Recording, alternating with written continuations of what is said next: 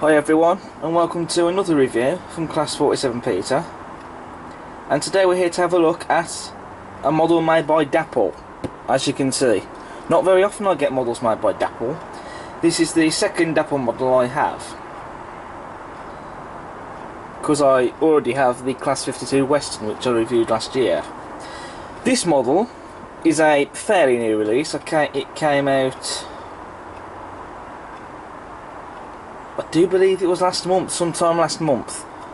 So it has been out for a while and I've only just got my hands on it. But it is the new Class 121 bubble car. And this model, this particular one I have here, is a Hattons exclusive. This particular one is number 960010 in the Railtrack Maroon livery. And this particular 121 in real life was a vehicle that was not used for carrying passengers. It might have been at some point in its life, but not when it was in service with Railtrack. When it was in service in this livery with Railtrack, it was being used as a sandite unit. But anyway, let's not waste any time. Let's just get straight to the unboxing. Now, I was actually going to do a double review on the Class 121 because I'm also planning on getting one of the general release models, but I thought, well, I'm going to do them in separate reviews. I might be able to do a double review perhaps in the new year. We'll wait and see. Not making any promises, but we'll see. So first of all, we'll take off the box lid. Very nice firm box, this. And a very nice sketch there of the Class 121 on the front. And the logo at the top there. Very nice colour as well. So here we have the owner's guide for this model, for the Class 121 and Class 122. So here it tells you how to fit the detail parts that you get on the buffer beam, as you can see. So this will be quite useful. And fitting the speedometers just there.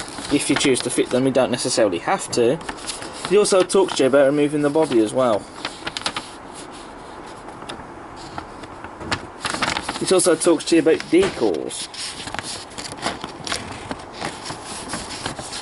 that are applied with some appropriate models.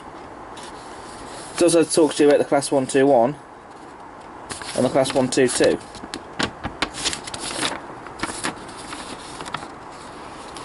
There's a bit of a history on the bubble cars there as well. The running in, the detail parts. It talks to you a bit about the model there, as you can see. So I'll put that to one side. And then we get this.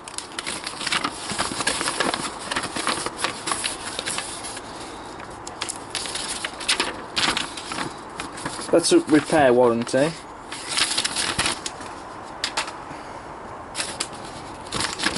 And this is the information sheet. Excuse the bike going past there. Talks to you about removing the body and a diagram for doing so. And the DC light operation. And again a diagram of doing that as well. Cab lighting operation with DC. Fitting a DCC decoder and fitting a speaker. It shows you how to do so.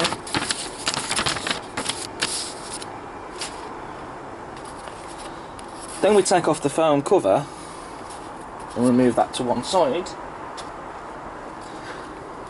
and there you can see the model. Now that looks stunning.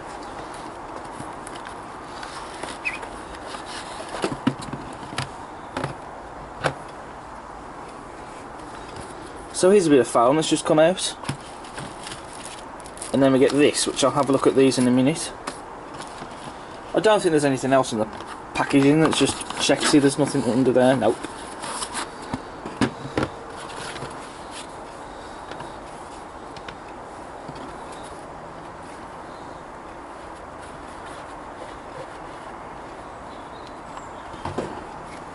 So I'll just put that to one side.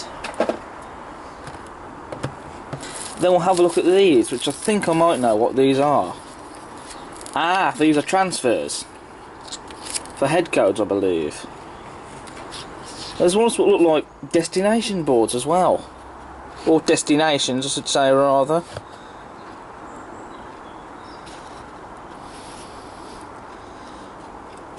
But to be honest, I don't think I'm going to really be needing these at all. Not on this particular one, because it wasn't even a passenger carrying vehicle. Not in this livery. But I'm going to keep these aside, because when I do get one of the general releases, I might be able to use some of these on it. It'll probably come with one of these sheets anyway. But, you know.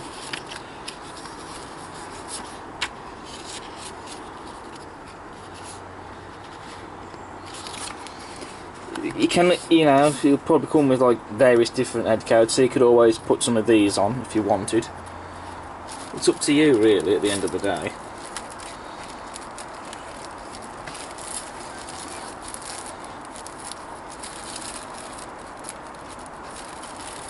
So I'll just put them back in the bag.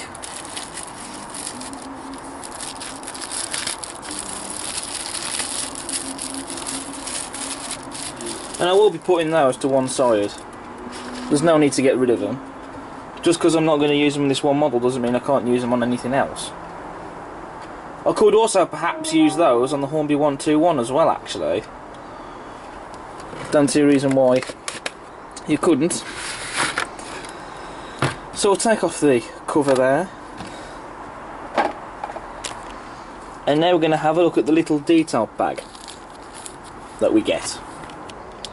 And so in this little detail bag we get a couple of these dummy screw link couplings, some vacuum pipes, a few of these jumper cables and the speedometer. So those little detail parts are now covered. What I've got to do now is just simply get the model out of the packaging.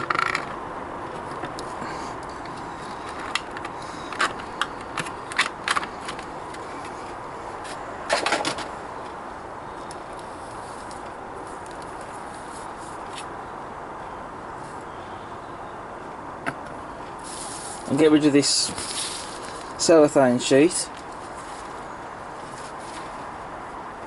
and we can now look at the model in detail.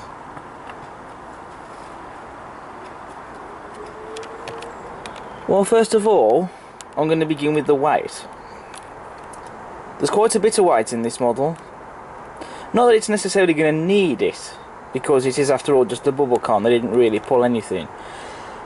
They just mainly ran on their own. You could, however, perhaps couple this up to another one if you wanted to.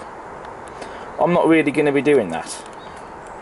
But there is weight in it, so if you want to do that, then you can do. I won't be needing to use any of those transfers in the head code box because there's already some there.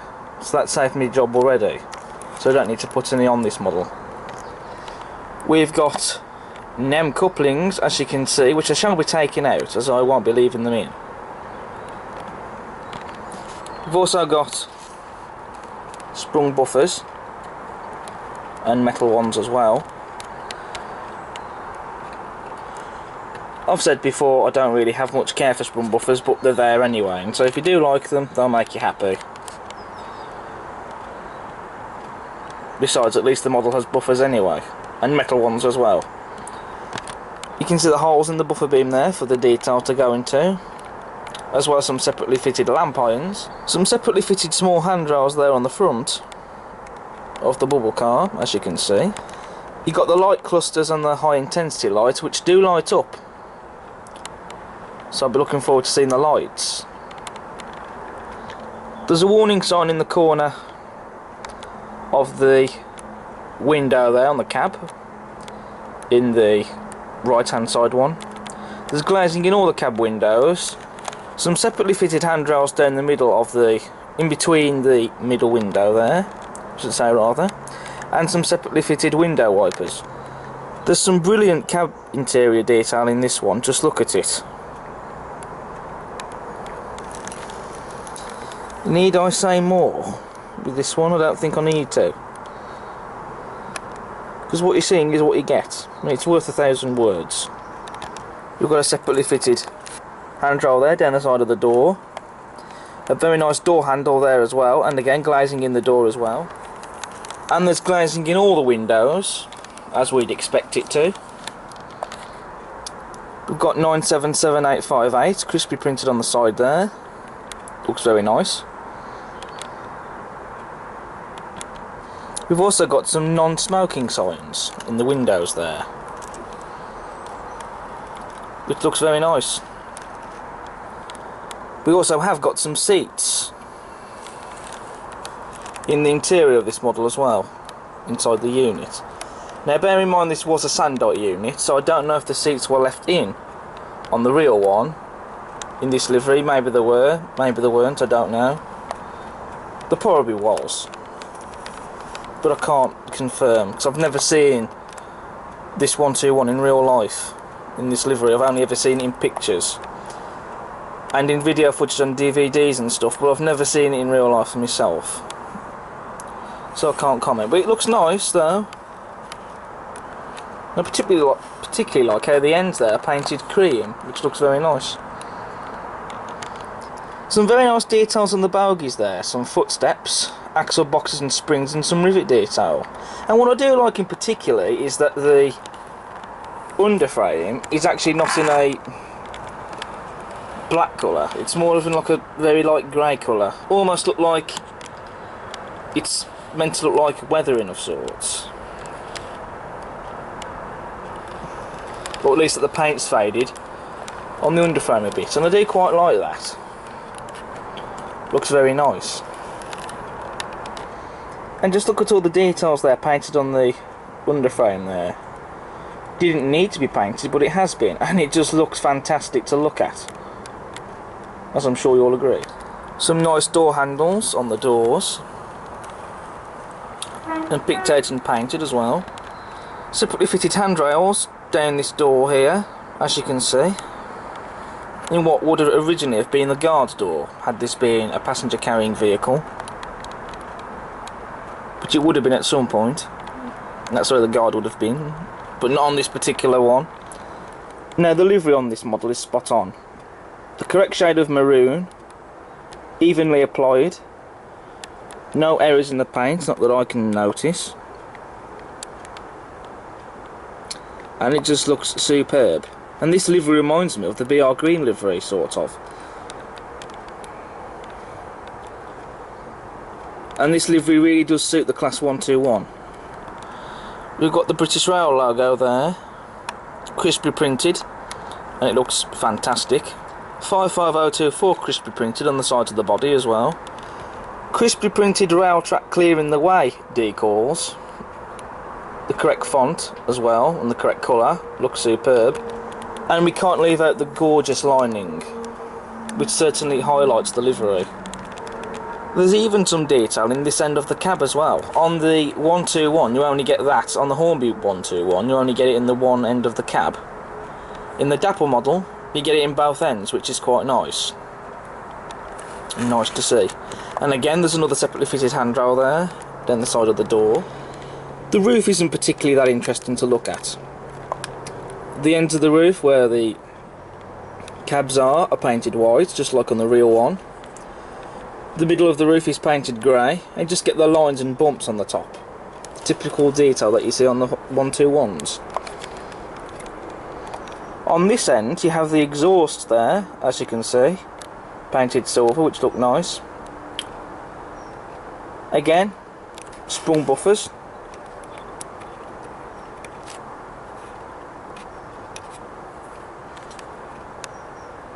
Small separately fitted handrails on the ends down in the middle of those windows.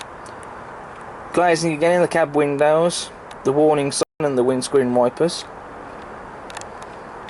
Separately fitted lamp irons.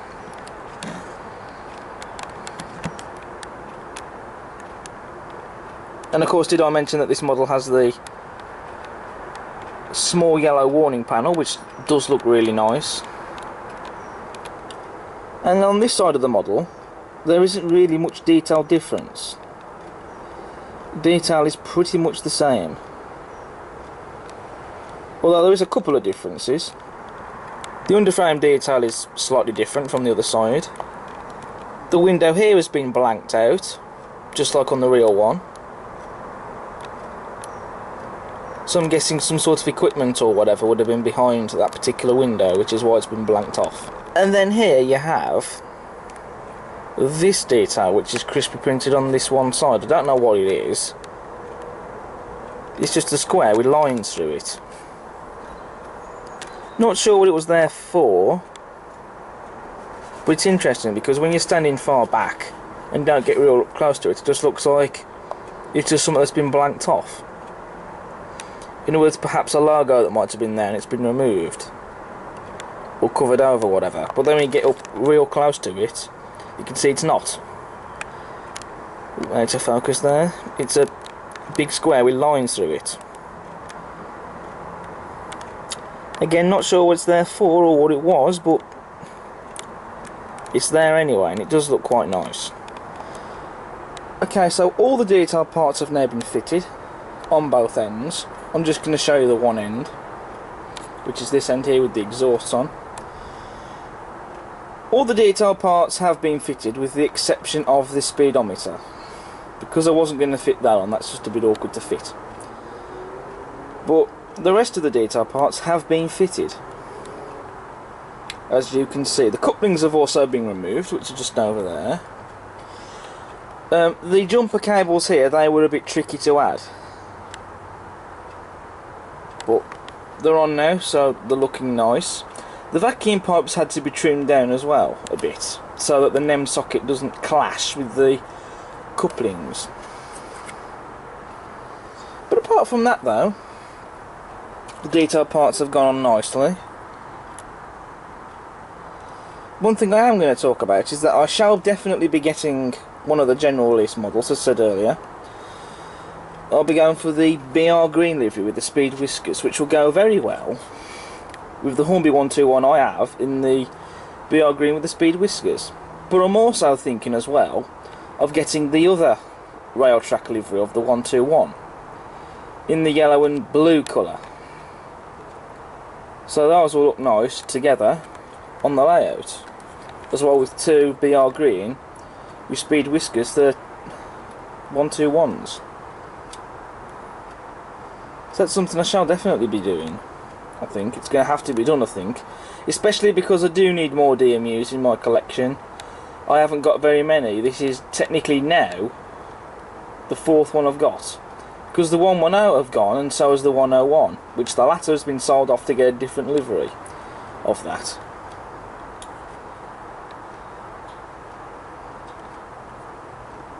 So I just thought I'd show this with the details on. Worth putting in the review, I think. Okay, so now we're coming on to the running performance of the model, and it is actually now the next day. And there's a very good reason why this is the next day this has been filmed, because the rear bogie there, I had a problem with derailing up around this area here. Now, I tried all sorts of things to rectify that problem.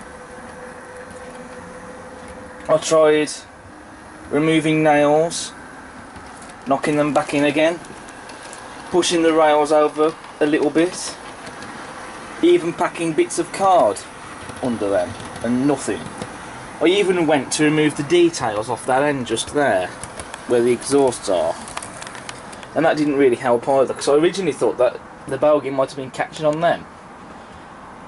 It did have a problem though, derailing under that bend there, where it's just come out of under the tunnel, but that's been sorted now. That was just a silly little thing. In the case of this area over here, it was more than just a silly problem, because only today, as I'm filming this part of the review, did I even notice that some of the pieces of track that was in place wasn't really very good. Particularly this piece of track that was originally down along here was in the worst nick. It was bent, the sleepers were breaking off, it was starting to buckle a bit. And even some of the piece of track around over here wasn't very good either. So what I had to do was, I had to replace all this bit of track along up to here in order to simply rectify the problem. I also in the process had to remove all the ballast under there. As you can see, that big pile of ballast just there, that's all come from under there. I don't think I'm going to be putting that back in, to be honest, because one thing I did notice when I went to Wally is that in some areas on the layouts they didn't even have ballast, and some of the ballast they used was finer stuff than what I use, and to be honest, this sort of ballast that I use can be a bit problematic.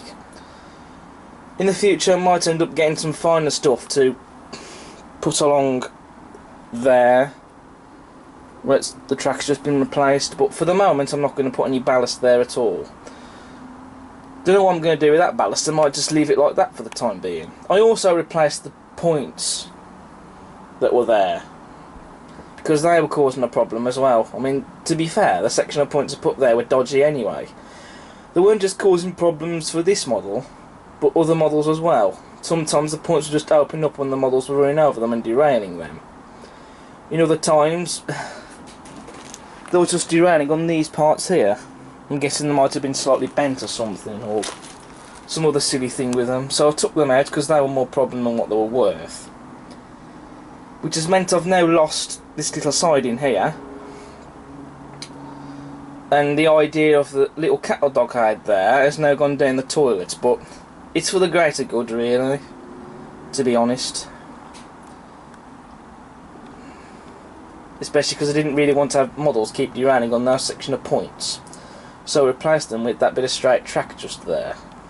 Besides, I've got other points on the layout anyway, so there's not really a loss. But I will be putting this in the review, just to simply be aware of that if you get a model that's derailing, it's not necessarily the model that's the problem. It could be something to do with the layouts, because they can be quite temperamental, and at times things can go wrong that only takes a silly thing or two to make them derail. And that's been no exception with my experience, but it's all part of the fun, and it means that this model is now running as it should, out of the box. And I was worried about marking this model down because of that problem, but I don't need to now because the problem's been rectified, and I shall definitely be getting one of the general release 121s and the other Railtrack model.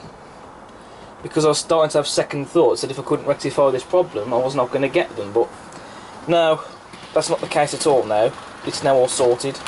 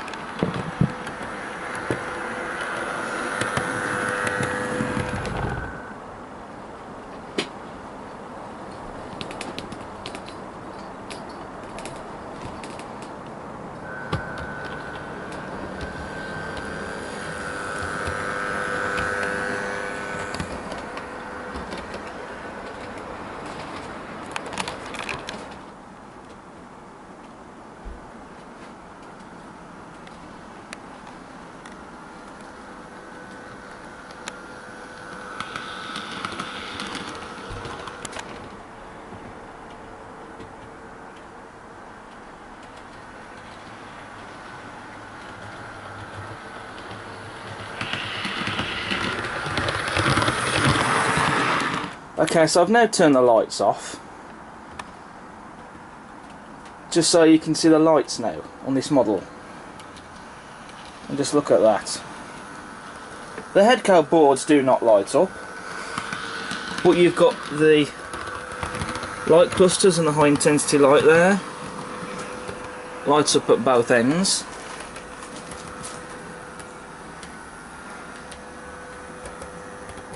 Even the interior lights up, where the seats are, and in the front cabin just there, which that is directional lighting actually. Same with the light clusters and the high intensity lights. When you change direction, the lights in the cab change to the other end, and that's actually quite a very neat touch, that is. Because to be fair, I think there really needs to be lights in the one end, so that's quite a nice feature, that is.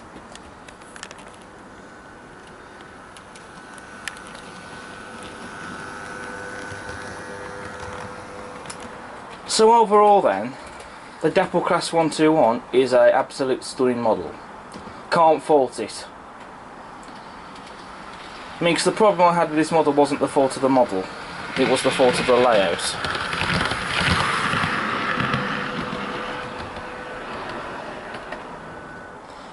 I recommend you get one of these models. And if you don't get one of these models, then you don't know what you're missing out on. Because you are missing out if you don't get one.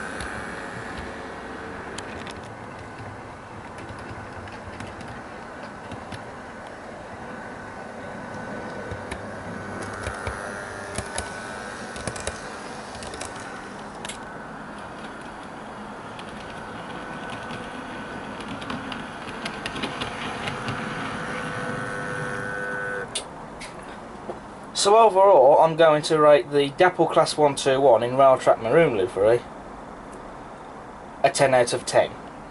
This has been Class 47 Peter reviewing the superb Dapol Class 121, and I'll see you again soon for the next review.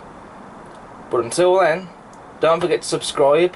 Hope you've enjoyed this review and check out my other videos on the channel. Over and out.